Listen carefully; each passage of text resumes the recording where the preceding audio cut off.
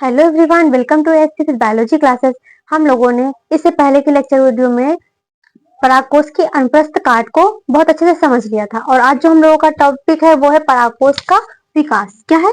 परागकोश का विकास है। इससे पहले की क्लासेस की प्लेलिस्ट जो है डिस्क्रिप्शन में आपको मिल जाएगी, तो वहां से जाकर के आप पूरी क्लासेस देख सकते हैं, क्योंकि अगर बीच से देख रहे हैं तो आपको इतना क्लियर नहीं होगा। तो आप वहां से जाकर के क्लासेस देख सकते हैं। और आज हम लोग पढ़ेंगे परागकोश का विकास। Development of anther. क्या पढ़ेंगे? Development anther. कि डेवलपमेंट ऑफ एंथर, एंथर का निर्माण कैसे होता है, एंथर कैसे बनता है। तो बाह्य त्वचा के नीचे की कोशिकाएं, जो बाहरी त्वचा होती है, जो बाह्य त्वचा होती है परागकोश की, जैसे कि ये परागकोश आपका हुआ, ठीक है। इसकी जो बाह्य त्वचा होती है उसके नीचे की कोशिकाएं क्या होती है? आकार में बड़ी हो जाती हैं। उसके नीचे की कोशिकाएं क्या होती हैं? आकार में बड़ी हो जाती हैं। ऊपर की लेयर क्या होगी? छोटी हो जाएगी, और उसके अंदर की जो कोशिकाएं होंगी वो आकार में बड़ी हो जाएंगी, ठीक है।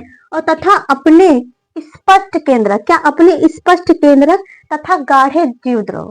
स्पष्ट केंद्रक होता है और गाढ़ा जीवद्रव होता है, ठीक है। स्पष्ट केंद्रक होता है, गाढ़ा जीवद्रव के उपस्थिति के कारण अन्य कोशिकाओं से क्या होती है? भिन्न हो जाती है, अलग हो जाती है। क्योंकि और का होगा, जो जीवद्रव होगा वो पतला होगा, और इसका जो जीवद्रव होगा वो कैसा होगा? स्पष्ट। पहली बात तो स्पष्ट केंद्रक होगा। उसके बाद क्या होगा? जीवद्रव जो होगा उसकी उपस्थिति कैसी होती है? गाढ़ी होती है, और उसके उपस्थित के कारण क्या होता है? अन्य जो उसमें सेल्स होती हैं उनसे वो क्या हो जाता है? भिन्न हो जाता है। क्या होता है? भिन्न हो जाता है, यानी कि अलग हो जाता है, ठीक है। और भिन्न हो जाता है, अलग हो जाता है। इन्हीं कोशिकाओं को क्या कहते हैं? प्रपुष्प कोशिकाएं कहते हैं। कौन सी कोशिकाएं कहते हैं? प्रपुष्प। ये क्वेश्चन आपका बनता है, इंपॉर्टेंट क्वेश्चन है। जैसे कि क्वेश्चन बन गया कि जी मतलब स्पष्ट केंद्र तथा जीवद्रव के उपस्थित के कारण कौन सी कोशिकाएं भिन्न हो जाती हैं, तो आप कहोगे क्या? प्रपुष्प कोशिकाएं भिन्न हो जाती। कौन सी कोशिकाएं भिन्न हो जाती? प्रपुष्प कोशिकाएं भिन्न हो जाती हैं। ये आपका नीट का क्वेश्चन बना हुआ है, ठीक है। प्रपुष्प कोशिकाएं क्या होती हैं? भिन्न हो जाती हैं। इन कोशिकाओं को प्रपुष्प कोशिकाएं कहते हैं, जो कि जीवद्रव और स्पष्ट केंद्रक के कारण अलग दिखाई देती है, भिन्न दिखाई देती है। उन कोशिकाओं को क्या कहते हैं? प्रपुष्प कोशिकाएं कहा जाता है, ठीक है। और प्रत्येक कोशिका में परिणत, क्या? प्रत्येक कोशिका में परिणत विभाजन होता है। परिणत विभाजन मतलब ऐसे होता है कि प्रत्येक सेल क्या होती है? अलग अलग होती है। क्या होती है?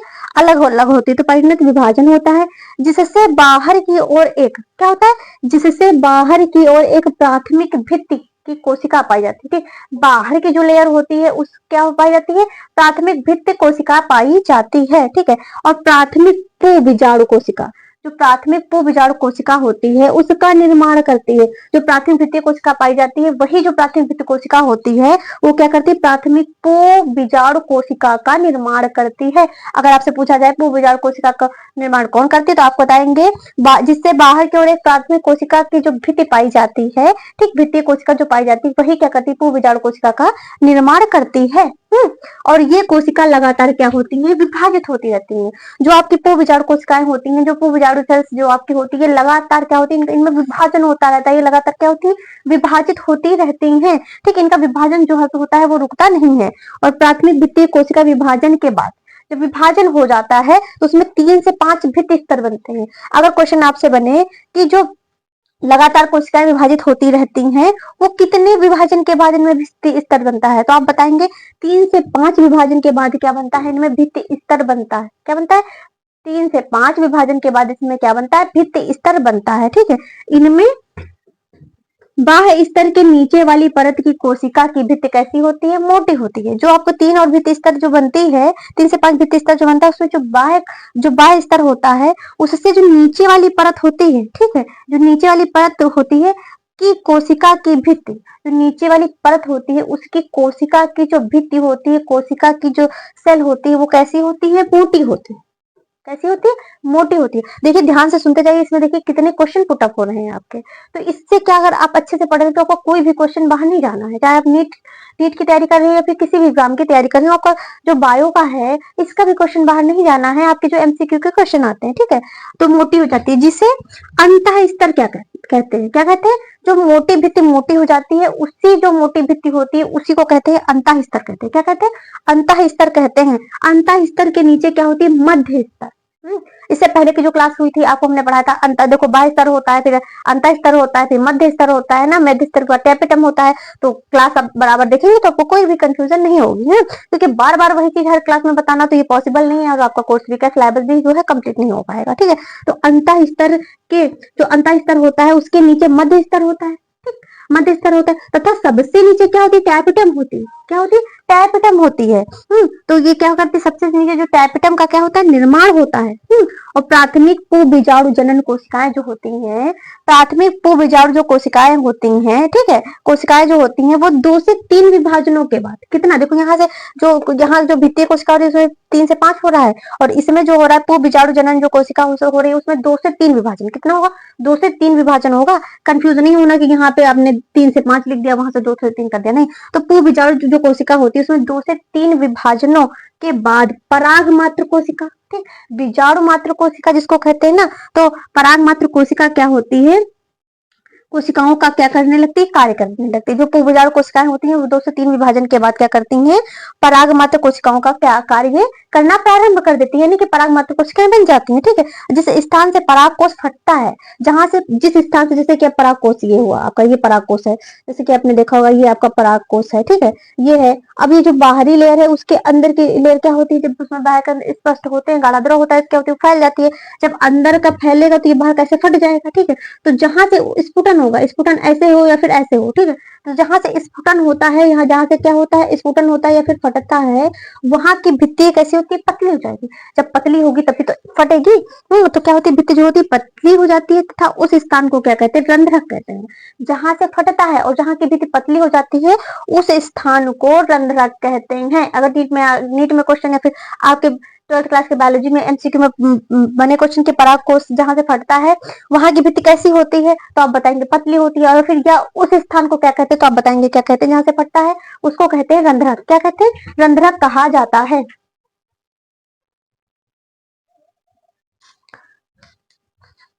अब हम समझते हैं पराग कणों के विकास में विविधताएं। जो पराग कण का विकास होता है, जो पराग कणों के विकास में कौन कौन सी विविधताएं होती हैं, यानी कि विभिन्नताएं होती हैं, ठीक है। तो चारों पराग कणों का एक साथ निर्माण होता है। सबसे पहले क्या होता है, चारों पराग कणों का एक साथ निर्माण होता है। और इन्हीं पराग कणों का एक साथ पाया जाना क्या कहलाता है, चतुष्क कहलाता है। क्या कहलाता है, चतुष्क। चतुष्क यानी कि ऐसे संरचना बनी हुई होती है, ठीक। तो इन्हीं परागकणों का एक साथ, चारों जो परागकण होते हैं एक साथ पाया जाना क्या कहलाता है, चतुष्क कहलाता है। चतुष्क कहलाता है। यह प्रक्रिया 5 प्रकार की होती है। जो यह प्रक्रिया होती है कितने प्रकार की होती है, 5 प्रकार की होती है। सबसे पहले क्या होता है, चारों परागकणों का एक साथ निर्माण होता है। ओके, फिर क्या होता है, इन्हीं परागकणों का एक साथ पाया जाना, एक साथ पाया जाना चतुष्क कहलाता है। अब किसी न किसी पौधे में तो एक साथ पाया जा ही रहा होगा, तो एक साथ पाया जाना क्या कहलाता है, चतुष्क कहलाता है, ठीक। और यह प्रक्रिया कितने प्रकार की होती है, 5 प्रकार की होती है। इसको समझते हैं। सबसे पहले क्या है, चतुष्फलकीय। क्या है, चतुष्फलकीय, जिसको कहते हैं टेट्राहेड्रल, ठीक। चतुष्फलकीय होती है। इसमें क्या होता है, देखिए ये संरचना होती है, ऐसे संरचना बनी होती है, ऐसे करके संरचना बनी होती है। इसमें 3 केंद्र किधर देखते हैं, एक पीछे की साइड में होता है, ठीक है। तो इसको कहते हैं चतुष्फलकीय। ये कौन सी संरचना हो गई, चतुष्फलकीय हो गई, ठीक है। अब समद्विपार्श्वी यानी कि दोनों तरफ के केंद्र दिखते हैं, समद्विपार्श्वी यानी कि आइसोबाइलेटरल, ठीक है। तो इसमें देखो 4 होते हैं और इसमें कितने 4 केंद्रक पाए जाते हैं। चार खाने होते हैं, 4 केंद्रक पाए जाते हैं। फिर ये काशित, काशित में क्या होता है, 3 केंद्रक दिखते हैं, 2 ऊपर और एक नीचे, ठीक है, ये काशित हो गया। फिर टी आकार यानी कि टी सेव का क्या पाया जाएगा, इसमें केंद्रक पाया जाएगा। तो अब देखो इसमें टी सेव का ये ऊपर ये हो गया और नीचे ऐसे करके, तो इसमें ऐसे बना हुआ, पहले ऐसे करके ऐसे बनाएंगे, फिर ऐसे कर देंगे और फिर ऐसे कर देंगे, तो ये टी सेव का हो गया। फिर आपका होता है रेखीय यानी कि लीनियर, क्या हो गया, लीनियर हो गया। तो ये देखो लीनियर है ना, इसके सारे केंद्र क्या है, ऐसे लीनियर एकदम सीधी रेखा में उपस्थित होंगे सारे केंद्र, ठीक। तो ये लीनियर हो गया आपका, ठीक है। तो इतने प्रकार के चतुष्फलकीय, समद्विपार्श्विक, काशित, टी सेव और आपका लीनियर परागकोष, ठीक है। तो अब जो देखो, जो चारों प्रकार के जो केंद्रक होते हैं, जो चतुष्क संरचना होती है वो किसमें पाई जाती है, तो 5 प्रकार के चतुष्क एरिस्टोलोकिया, क्या, जो ये 5 प्रकार के जो चतुष्क होते हैं, ये जो 5 प्रकार के जो चतुष्क होते हैं वो किसमें पाए जाते हैं, एरिस्टोलोकिया में। अगर क्वेश्चन आ जाए कि 5 प्रकार के चतुष्क किस पादप में पाए जाते हैं, तो क्वेश्चन क्या बनेगा, क्वेश्चन बनना है जैसे कि 5 प्रकार के जो चतुष्क होते हैं वो किस पादप में पाए जाते हैं, तो आपका ऑप्शन में क्या होगा, एरिस्टोलोकिया। एरिस्टोलोकिया, एरिस्टोलोकिया, एरिस्टोलोकिया, नीट के लिए इंपॉर्टेंट क्वेश्चन नोट करिए, ठीक है। तो एरिस्टोलोकिया नामक पादप में 5 प्रकार के चतुष्क पाए जाते हैं। ओके, ठीक है। अब परिपक्व परागकोष का स्फुटन, जो परिपक्व जो मेच्योर परागकोष होता है उसका स्फुटन कैसे होता है, ठीक है।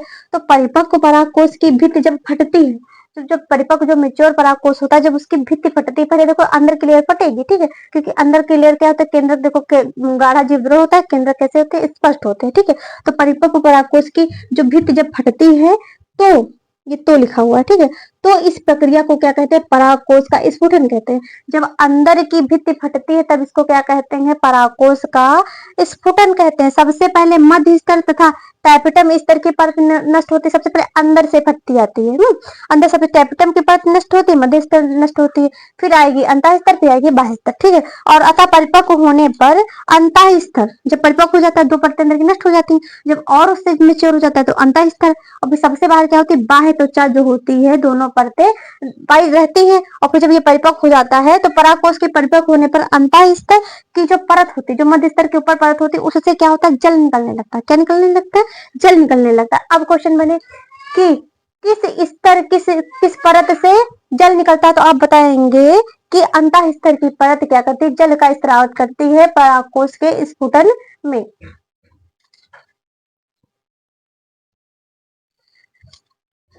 क्या होता है, अंतः स्तर की परत जो होती है उससे जल का स्राव होने लगता है, या फिर क्या कहेंगे कि जल की हानि होने लगती है। अगर पूछा जल की हानि किस परत से होती है तो आप बताएंगे जल की हानि अंतः स्तर की परत से होती है, ठीक। जब जल की हानि होने लगती है तो इसके बाद क्या होता है, जिसके फलस्वरूप अंतः स्तर की जो कोशिकाओं की जो भित्ति होती है वो अंदर की ओर सिकुड़ने लगती है। ऐसे परत है तो अंतः स्तर की ऐसे जब सिकुड़ने लगेगी, तो क्या होता है, जिससे क्या होता है, रंध्रक जो स्टोमियम जो होता है, रंध्रों को इंग्लिश में क्या कहते हैं, स्टोमियम। स्टोमियम पर क्या पड़ेगा, दबाव पड़ेगा, जो साइड के स्टोमियम होंगे उस पर दबाव पड़ता है, ठीक है। और अतः इसकी कोशिकाएं क्या होती है, एक दूसरे से अलग हो जाती हैं, और ऐसे परागकोश का क्या होता है, स्फुटन हो जाता है, ठीक है। अलग हो जाती है, जिससे क्या होता है, परागकोश का स्फुटन हो जाता है। परागकोश क्या होता है, फट जाता है या फिर स्फुटन हो जाता है, ठीक है। अब देखिए ये परागकोश है जैसे आपका, ठीक है, ये परागकोश है। अब ये कैसे फटेगा, तो ये लंबवत फटेगा। कैसे फटेगा, ये लंबवत फटेगा, ठीक है, ये लंबवत फटेगा। ये परागकोश कैसे फटेगा, लंबवत फटेगा। और फिर ये वाला कैसे, देखो ये जो यहाँ पे ये रंध्रक है, यहाँ से क्या हो जाएगा, अलग हो जाएगा। रंध्रक क्या होते हैं, स्टोमियम जो होते हैं वो अलग हो जाते हैं, तो ये क्या होंगे, आपस में फैल जाएंगे ऐसे, ठीक है। तो रंध्रक क्या होते हैं, फैल जाते हैं। और इसका जो इसका स्फुटन होगा तो वो कैसे होगा, इसका जो ये वाला है, इसका स्फुटन जो होता है, इसका देखो ये परागकोश बना हुआ है, ये बना हुआ है, तो इसका जो स्फुटन होगा ये बीच से होगा। कैसे होगा, बीच से होगा। इसको कहेंगे अनुप्रस्थ, अनुप्रस्थ फटना, ठीक है, अनुप्रस्थ स्फुटन हो जाएगा इसमें। और जो ये है तो इसका क्या है, नीचे से फटेगा, यानी कि इसका कपाट फटेगा, ठीक। इसका क्या फटेगा, कपाट फटेगा, कपाट फटेगा। तो ये देखिए स्फुटन पहले पड़े, आपका लंबवत भी फट सकता है, रंध्रक अलग हो जाएंगे तब इस परागकोश का स्फुटन होगा। और ये बीच से भी फटेगा, अनुप्रस्थ जिसको कहते हैं, तो अनुप्रस्थ भी इसमें स्फुटन होगा। और ये कैसे, कपाट से नीचे से भी फट सकता है। तो ये 4 प्रकार के आपके हो गए। डायग्राम भी आप ड्रॉ कर लीजिए, ठीक। डायग्राम बनाना बड़ा इजी है, देखो ऐसे करेंगे आप, ऐसे कर लीजिए, ऐसे कर लीजिए, ठीक। उसके बाद आप ऐसे कर लो, ऐसे कर लो, ओके। जब ऐसे कर लिया फिर ऐसे करने के बाद यहाँ पे ऐसे करके ये आपका ये एक परागकोश बन गया। उसी तरीके से ऐसे भी लाइन खींच लो, ठीक है, ऐसे कर लिया, ऐसे कर लिया, और ये ऐसा करके ऐसे कर लिया, तो ऐसे करके आप इजिली बना सकते हैं। तो ये हो गया आपका परागकोश का क्या हो गया, परिपक्व परागकोश का स्फुटन हो गया। और इसको डायग्राम के माध्यम से भी हमने बहुत अच्छे से समझ लिया। तो यहाँ पे क्या है, देखो अभी हम लोगों की जो क्लास पहले से इस वजह से चल रही थी कि आपको जो सिलेबस है वो बहुत ही ब्रॉड है। तो यहाँ पे बस सिर्फ देखो थोड़े समय में सिलेबस कवर करना या चैप्टर कंप्लीट कराना, ये हमारा मकसद नहीं है। कम से कम जो आपको कराया जा रहा है तो उसको टॉपिक वाइज आप अच्छे से समझ रहे हैं, तो एग्जाम टाइम में पहले से पढ़ा हुआ, ये नहीं कि एग्जाम आ रहे हैं और हमने बहुत ढेर सारा पढ़ लिया है तो वो आपको क्या होगा, उसमें आपको बहुत डिस्टर्ब होता है। पर जो आप एग्जाम के पहले से थोड़ा थोड़ा करके पढ़ रहे हैं तो क्या होगा, उससे आपकी न्यू मजबूत होगी, बेस मजबूत होगा। और ये आपको 12th के बाद जैसे आप कोई इंजीनियरिंग फील्ड में जा रहा है, कोई नीट वाले फील्ड में जा रहा है, कोई कुछ भी करना चाह रहा है, तो नॉलेज के बेस पे अब आपको यही काम करेगा, ठीक। क्योंकि आप कोई भी एग्जाम होगा, आपने 12th में बायोलॉजी ली है तो आपको मिलेगा वो जरूर। आपको जीके के तौर पे भी आप किसी भी सरकारी नौकरी की तैयारी कर रहे हैं तो उसमें भी आएगा। तो इससे क्या है, आप अगर धीरे धीरे पढ़ते चल रहे हैं हमारे साथ में तो क्या होगा, आपका बेस मजबूत होते चला जाएगा और टॉपिक आपके क्या क्लियर होते चले जाएंगे। इसी वजह से आप अभी से क्लास करना स्टार्ट करिए। ये नहीं कि हम इंतजार में बैठे जुलाई आएगी तो पढ़ेंगे।